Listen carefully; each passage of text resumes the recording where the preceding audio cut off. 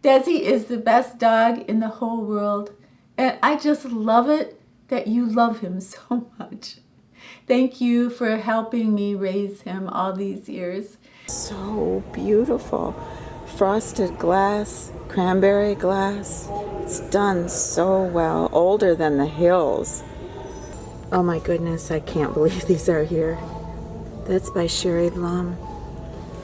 I've seen a lot of her work over the years, but I have never seen these two. Sherry was such a special artist, such a special woman. She just buckled under all that pressure of her art. I'll always love her.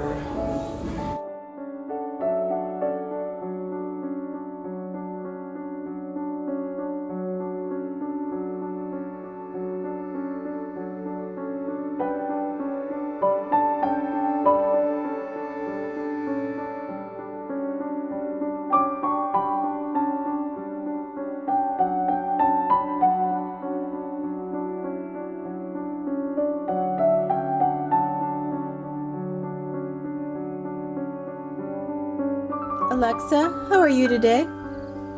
I'm having a fabulous Friday. Thank you.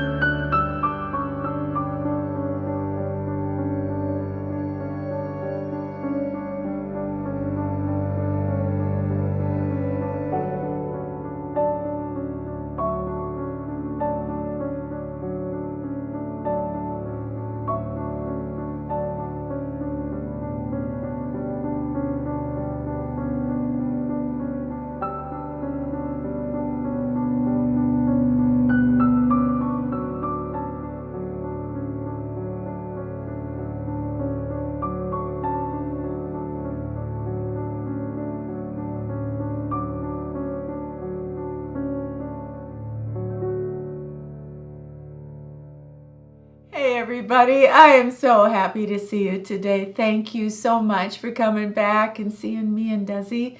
I hope you had a good, safe week, and thank you so much for being so kind last week. I did my little summer fashion show, and you were so lovely in your comments. Not one of you said anything critical to me, and you have a perfect right to do that, but you didn't.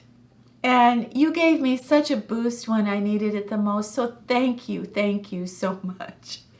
And today we are going to have some fun. I want to go through 10 things that I can't live without. And some are things that I can find in a bottle, and some are things that can't be found in a bottle.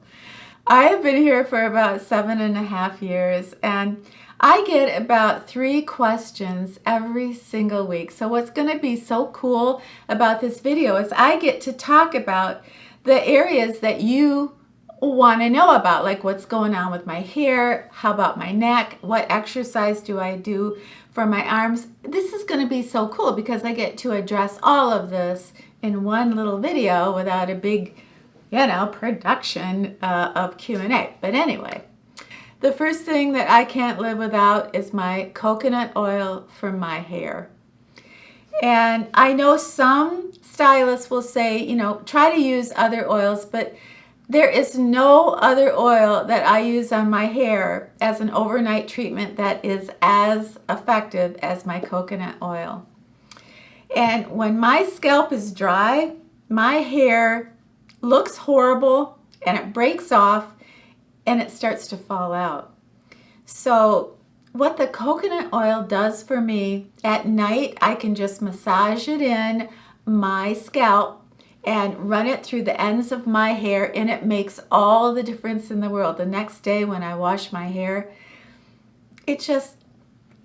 my scalp feels so moisturized and my hair has a shine to it.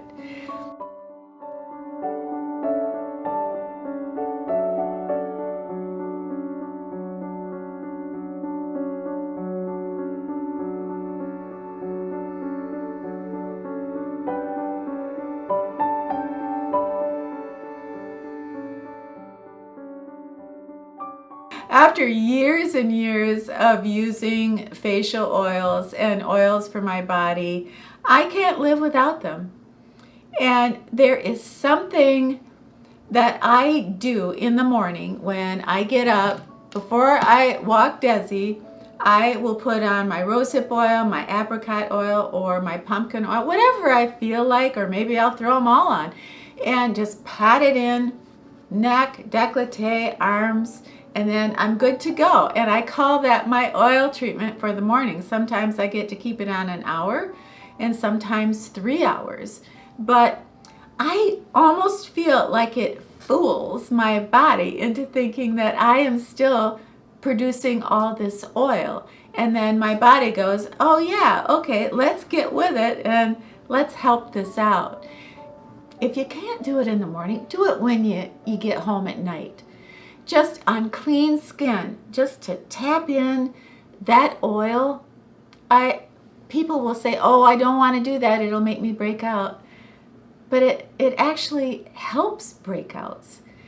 I very rarely break out anymore, and I always had adult acne. So anyway, I don't want to get in the weeds here, but I just think that if you just try it, facial oil is probably one of the cheapest things that you can buy and one of the most effective.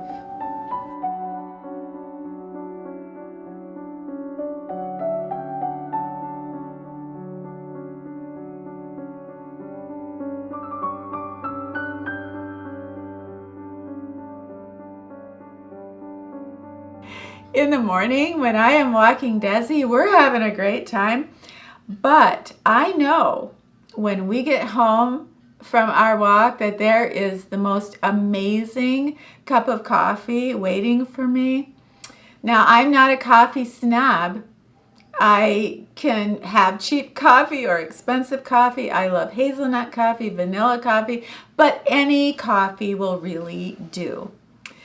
And there's something about it that I can't live without it. And as I have gotten older, I can't take a lot of caffeine, so I make my own little half and half caffeine and half decaf coffee. So what the heck? But I love it. I don't want to give it up. It is that special treat in the morning. And I suppose someday I probably will have to just go to decaf, but it will still be that wonderful thing to look forward to. In Paris, the closely guarded summer collection of the House of Dior has its first preview, and the showing is a sensation throughout the world of haute couture.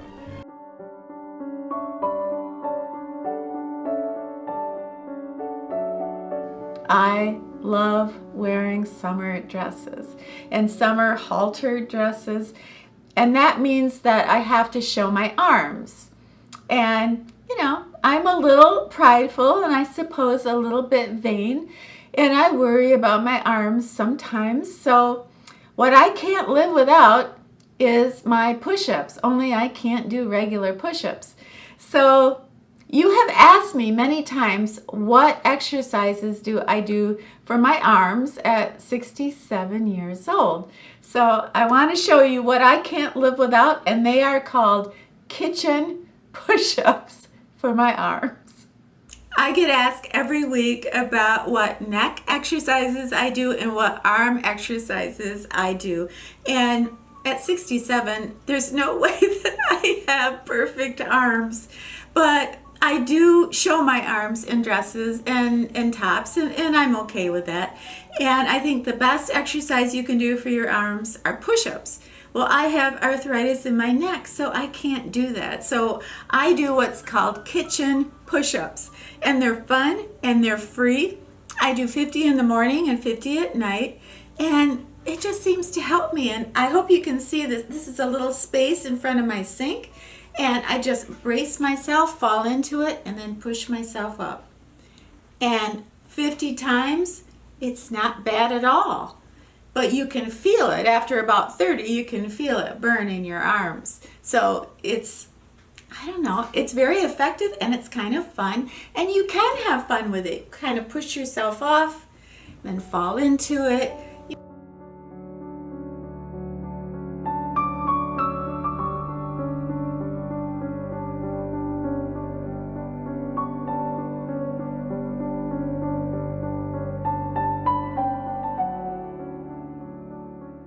I know what you're thinking. You think I'm going to say I can't live without thrift stores. Well, I could. It'd be hard, but I could. But the one thing that I can't live without is art. And that's the one thing that the thrift stores allows me. They allow me to buy all kinds of art at a very reasonable price, which means that I can gift art. That means I can switch out my art a lot. That means that I can buy art at the thrift store that I can afford, and then I go and I study that artist and I learn about their life. And a great example of this is an artist named Sherry Blum. And as you can see in the beginning of the video, I'm holding one of her paintings up. And I was so happy I found it at the thrift store. I found two of them, two of her prints that I had never found before. And when I started to study about Sherry's life, it enriched my life because she was so talented, but so misunderstood. And it helped me. It helped me in so many different ways because I really found her artwork when I was feeling overwhelmed. And the beauty of her paintings gave me strength.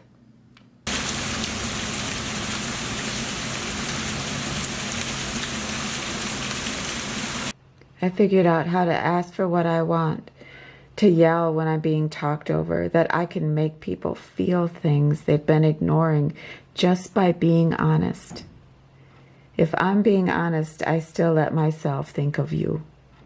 Once a day, I will keep asking, even if you never hear me, can you let go of someone without forgetting how they made you feel?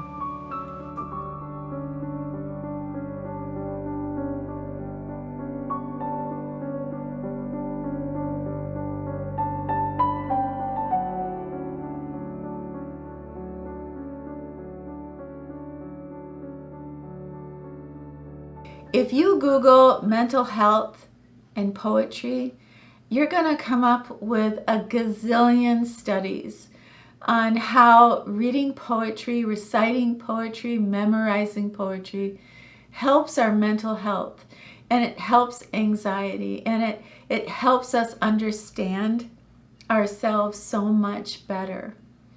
And there was a reason years ago I named my channel Littlepoet. Well, little because I'm short, but poet because I never wanted to stop searching out the things that would reflect life as I saw it, life as I felt it, but also I felt like a pirate. I felt like I was going on an adventure, an excursion in life, and that poetry would show me a life that others had that I would never otherwise be exposed to. And I loved that. Poetry brought me to a place that I felt that I was always learning. And to me, that is one of the most exciting things about life. Learning, moving forward, not being stagnant, having an open mind, looking back and saying, wow, I've changed. To me, all of that is the glory of poetry. And poetry can be anything. The poetry of someone's movement, the poetry of a song they're singing, the poetry of just somebody touching your face with their hand and saying, I've missed you so much.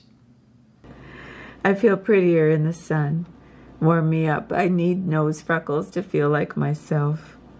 Hold my hand before it melts. Tell me I'm prettier when it's warmer. Tell me I'm prettier than her.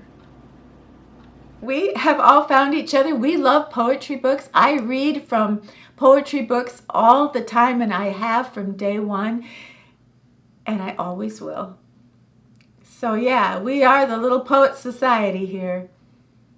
And if there's one thing that can truly help us with anxiety and self-reflection and self-forgiveness, it's poetry. Do you like that? Here, let me ask you a question. What's your very favorite season? Oh, I know. You like summer, don't you? Yeah.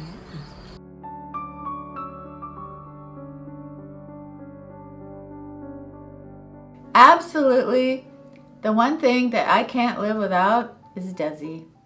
And I know someday I will live without my boy, but right now I don't want to. I love that little dog more than I could ever express. And, you know, Desi led the first 4 years of his life in a closet around people who paid him no attention, who didn't really love him. And when I adopted him, I knew I had a lot of work ahead of me. And the first night, he slept in the closet. You know, here he is, he's free. And he has this nice big warm bed and somebody who is falling madly in love with him. But what did he want to do? He went back to what he knew, that abuse he knew. He went right back to that closet. And I let him sleep there.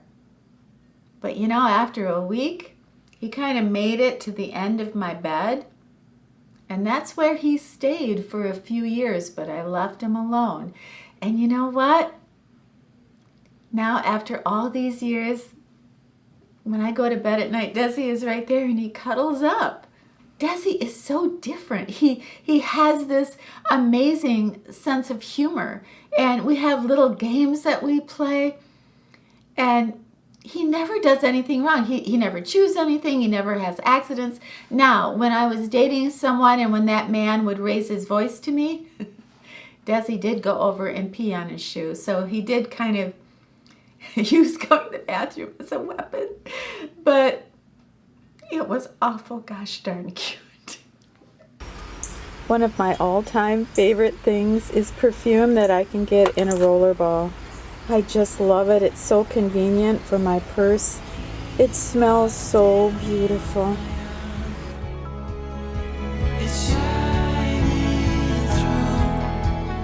Handsome you are. Do you know how handsome you are? I just think you are the bee's knees.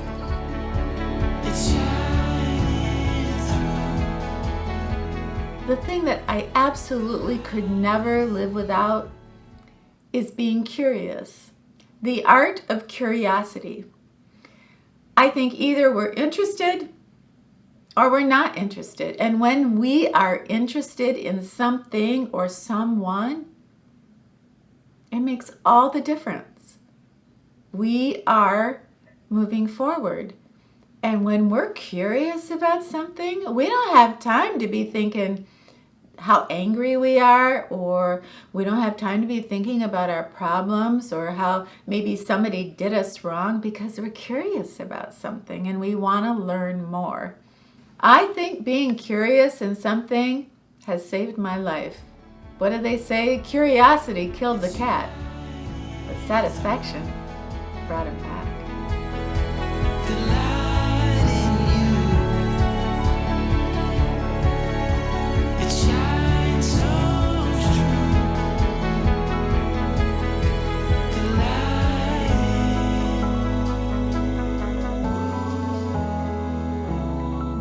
One of the reasons that I am here today, one of the reasons that I survived my life, was because of female musical artists. Artists like Joni Mitchell, Ricky Lee Jones, Stevie Nicks, Tori Amos. Those women had such a powerful effect on me. Their lyrics, their melodies, their courage, their bravery into putting their deepest, darkest emotions in lyrics and putting the most beautiful chords and melodies with those lyrics. When I was younger, I didn't have any filters. I don't have a big one now, but when I was younger, If I felt something, I did it.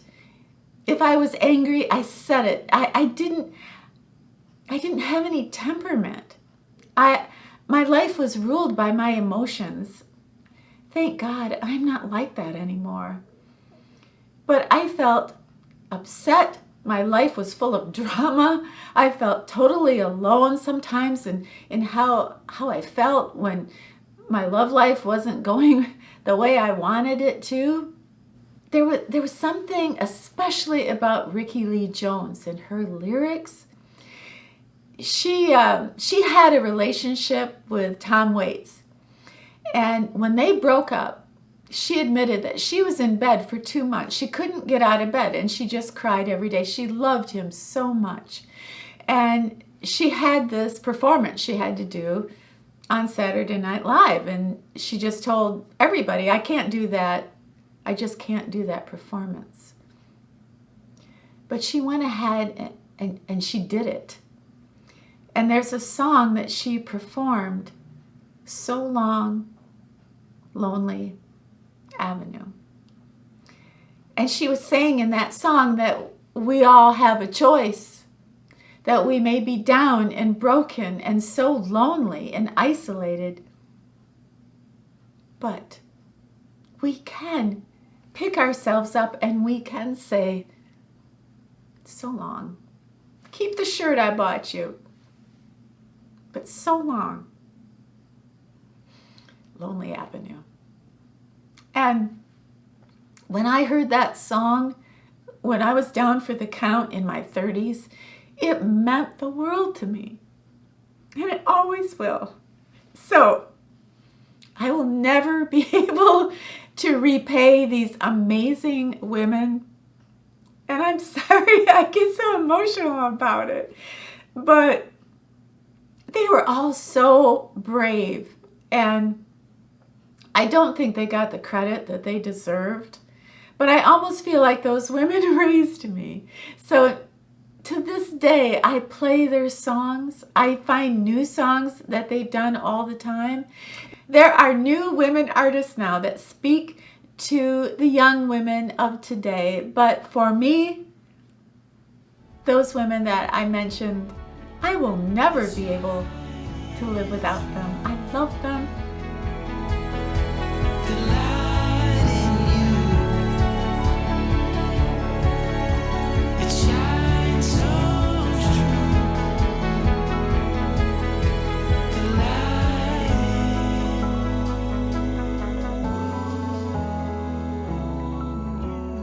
Hey everybody, thank you so much for hanging out with us today. I loved every second of it. And if you get time down below, just share maybe some things that you can't live without. But know that we love you. Please have yourself a happy, safe, brand new week. And when you're done with your week, yep, come back and see me and Desi, okay? All right, it's a deal. We'll always be here. My favorite women are travelers, nomads, holding keys between their teeth, no baggage. Ask them where they're going and they'll say, where the wind takes me.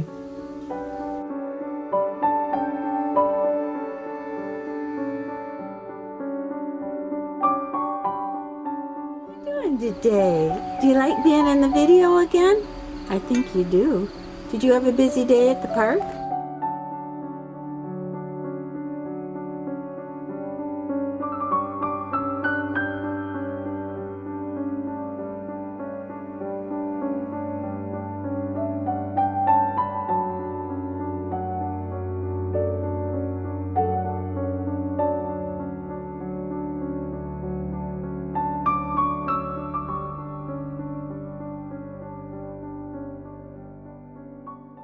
Alexa, I love you. Thanks for saying I love you. You're just as sweet as pie. Know that I'll be here for you. As always, your trusty